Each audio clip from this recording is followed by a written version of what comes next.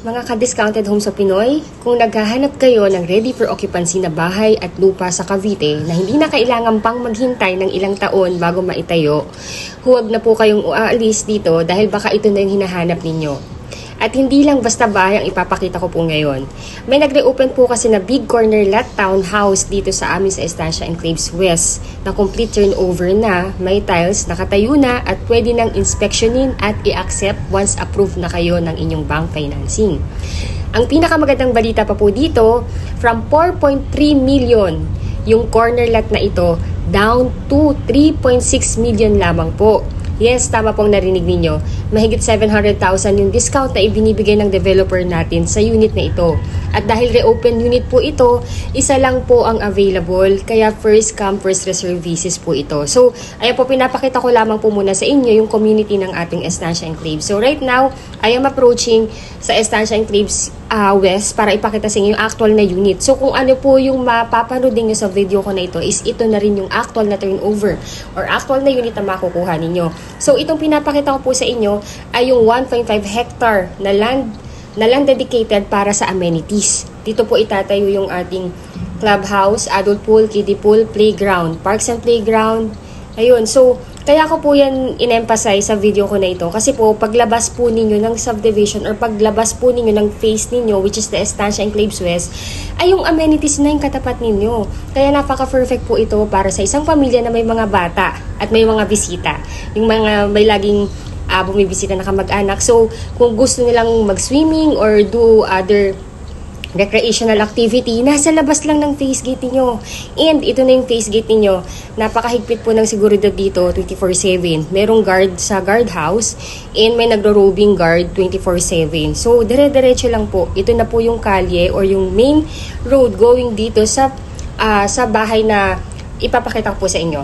Ayun, so para sa mga bagong manonood, sa mga bagong ko pong mga viewers dito sa aking channel, welcome po dito sa amin sa Discounted Home sa Pinoy. So again, I'm Miss Seika Ranza, licensed real estate broker based in Cavite.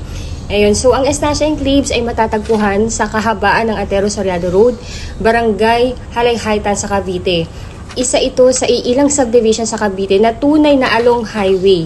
At bakit importante iyon? Kasi dahil paglabas ninyo ng gate, may mga buses na agad na pwede nyo masakyan papuntang PTEX Terminal, mga UB Express going to Mall of Asia, jeepneys papuntang SM Bacoor, baby buses going to Zapote, Las Piñas. Kasi I know po, number one factor sa isang pamilya na dapat commuter friendly ang inyong tahanan. Kasi syempre, not all the time na pwede nating maihatid yung ating anak or not everyone merong service. So, napakahalaga ng transportation sa panahon ngayon.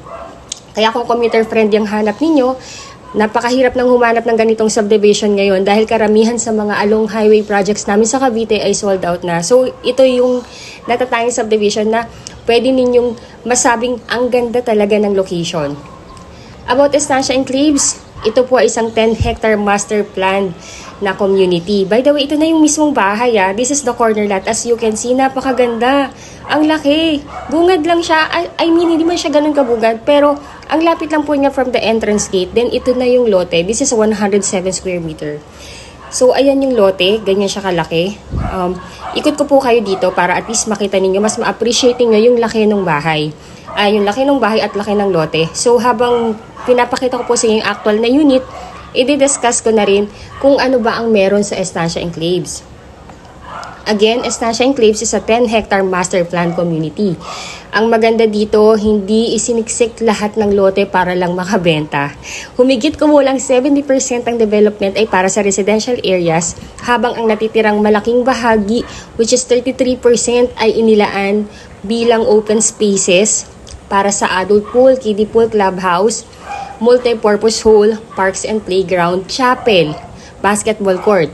Ang advantage po kasi sa ganitong setup ay number one, hindi masikip pang community, mas maraming open spaces para sa mga bata at pamilya, may preskong kapaligiran, mas mataas ang long-term property value, mas maganda ang quality of life ng mga residenteng nakatira dito.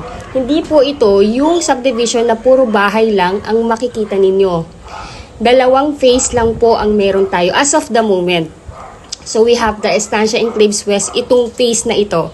Itong phase ng ating townhomes na ito na corner lot is Estancia Enclaves West where there is only 254 units. So ayan po, ito po yung actual na hatian. So as you can see, meron ng metro. Meron na ring metro ng Meralco at Tubig. So more likely move-in fee na lang. So talagang inspection na lang, then acceptance. Ayun po. So again, 254 units lang meron dito. Then sa kabilang phase, we have Estancia Enclaves East which is 402 units. Puro twin homes naman yun nandun. So sold out na rin po namin doon. May pailan-ilan lang nare-reopen. Pero ganun din po, first reserve basis. So ito na yung actual na unit na makukuha ninyo once na gusto nyo nang i-reserve. Ayun, so maswerte po yung mga nakakuha na dito dahil paglabas pa lamang ng phase ay katapat na agad yung 1.5 hectares amenities na subdivision. Literal na walking distance lang. So ito na po yung loob ng ating bahay. So naka-vinyl tiles na po siya. Yung ating mga windows, they are all swing type windows, kaya sa ventilation wise, hindi kayo kumbaga ventilation is very very good po kasi hindi siya katulad ng sliding window na isa lang yung mau-open. Ito mau-open parehas na bintana. Then naka-sliding door na kayo dito sa gilid. So this will be your living area, itong area na to. Then, ayan.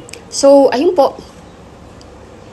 By the way po, dito sa amin sa Estancia, we have 2 units or dalawang model units sa pagpipilian. Which is the duplex or twin homes and the townhomes. Pareho po silang complete turnover with tiles na. So, ito po naman yung ating dining and kitchen area. Ayan. So, may na rin po siya, kitchen counter. Kaya na lang po yung mas magpapaganda pa. Ayun po, so dahil dalawa yung ating model units dito, we have the twin homes. Yung twin homes po, yun po is 3.6 million. Pero currently ngayon ay sold out na sa inventory. Then may mga pagkakataon lamang na may nagre-reopen na units and kapag meron po, first reserve basis din. So yung ikalawang model unit naman namin dito is which ito nga pong townhomes namin na napakaganda. Talagang sulit na sulit. So yun po, may available kami ngayon dito na isang corner lot. Itong corner lot na to, ito po mismo yung nag-iisang available. And we have 4 inner lot, which is, ayun po, siguro i-vlog ko na lang din yun sa mga susunod na araw. So yun po, so itong stairs natin, naka wood planks na po yan or naka wood tiles. Then naka metal handrails na rin po yan. Then, may isang toilet and bath dito sa ground floor. Ayan. So, complete fixtures na rin po yan. Ayun po. So, sa corner lot natin, again, originally, this is 4.3 million. Ayun. Pero, nagbigay ng sobrang laking discount yung developer natin. Naging 3.6 million. Then, yung inner lot, originally, 3.1 million. Now, only 2.5 million. Ayun. So, mga ka-discounted homes sa Pinoy, 101% akong sigurado na kung ikukumpara po ninyo ito sa ibang subdivision sa Cavite, napakahirap humanap ng ganitong klase na presyo, discount, along highway, ready for occupancy status, complete turnover finish. Sa bawat piso na ilalabas ninyo, talagang sulit na sulit ang value pag ito ang nakuha po ninyo. So, ayun. So, how to reserve ang unit? Number 1 po, first cash out lang is 25,000 pesos only para ma-reserve. Then, pagkatapos, within 15 days, dapat po nating mabayaran yung 2% na down payment, which is only 59,600. Corner lot na ganito kalaki ha, ganito kaganda. Hindi umaabot ng 100,000. Only 59,600 pesos only. Then within 15 days from the reservation, kasabay nito ay tutulungan na po namin kayo may process ang inyong bank financing requirements. So, mamaya i-discuss ko rin sa inyo kung ano yung complete list of requirement na kailangan nating makompleto. So, yun po sa taas. So, ito na yun, lahat ng bedrooms nandito. 3 bedrooms, 2 toilet and bath. Then, sa gilid, nakita nyo na po hanggang 3 to 4 car garage, kayang-kaya. Kung gusto nyo pang palakihin yung bahay, yes, you can do that. Then, lahat po ng kwarto dito, may provision na for the aircon. Hindi nyo na kailangang magbakbak, hindi nyo na kailangang magbutas. Naka-ready na lahat, even the saksakan. So, ayun po. So, again, the first cash out is only 25,000 pesos. Sabihan nyo lang po ako kung gusto nyo nang i-reserve yung unit. Para po, ma-email ko po sa yung reservation form, send back nyo sa akin.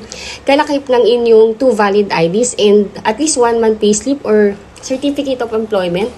Then, within 15 days, yung other requirement, kailangan po natin yung ma-comply. Then, i-send back nyo po sa akin para ma-check ko yung reservation form. Then, pwede na po kayong mag-send ng inyong reservation fee sa account officer namin para ma-reserve na yung unit and mabigyan kayo ng resibo. Then within 15 days na mabayaran yung reservation fee, kailangan nating bayaran yung 59,600 na down payment. And dapat makumpleto na nating requirements. Then ipaprocess na po yan sa bank financing. Usually, lumalabas yung approval from the bank, usually is 3 months. Then pag may lumabas ng approval, ang inyong magiging monthly amortization, estimatedly is 26,000 plus per month. And of course po, pag may approval na, loan contract signing, pipirma na po kayo doon sa kontrata ng bangko o kaya yung inyong magiging representative na nandito sa Pilipinas kung kayo po ay OFW.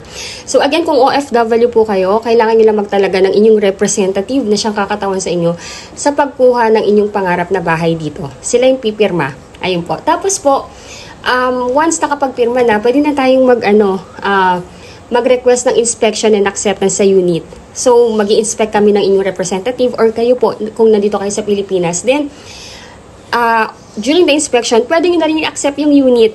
Yung bahay po, by the way po, kaya po malaki yung discount na ino-offer ng developer natin. Kasi as is where is po siya. As you can see po, itong bahay na to is almost new and halos wala naman pong gagawin. Pero if you want to improve or redesign, kayo na po yung kayo na po yung masusunod. So, upon inspection, accept kagad. Then, pwede nyo nalipatan. As you can see po sa labas, meron na rin siyang Meralco and water. So, ready na po ito para matirhan nyo. Ayun po. So, mga ka-discounted home sa Pinoy, kung umabot po kayo hanggang dulo ng video na ito, dalawang bagay lang pong ibig sabihin nito. Una, nagustuhan po ninyo yung bahay. Pangalawa po, iniisip na ninyo kung saan nyo ilalagay yung ref, sopa at TV ninyo. Kaya bago po kayo umabot sa part na pinapangalanan na ninyo ang magiging kwarto ng mga anak po ninyo, i-message na po ako agad para masecure natin tong unit na to habang available pa. Dahil tandaan po natin, ang magandang bahay ay parang masarap na lechon sa handaan. Kapag nagdalawang isip ka, ubos na yan pagbalik mo. So again, this is Miss Say Caranza, licensed real estate broker based in Cavite. At dito po sa amin sa Discounted Homes sa Pinoy, hindi lang tayo nagbebenta ng bahay. Tumutulong po tayong magbigay ng tahanan para sa pamilya.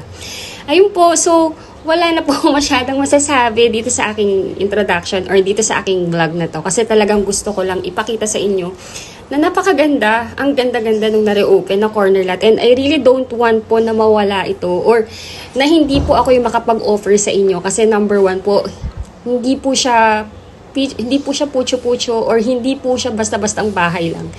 Ang highlight kasi ng bahay na to is number one is the lot and the availability. Kasi ang ganda-ganda po. Ready for occupancy. Halos wala ka nang gagawin. Kaya kung OFW kayo at gusto niyo na po itong bahay na to, add me sa aking Facebook account. Just look or just search Zai Caranza or i-add nyo na po ako sa Viber or sa WhatsApp or i-message nyo ako sa Philippine number. Itong number po na nandito. Ito po yung aking numero. So again, if you are new to my channel, please do me a big favor.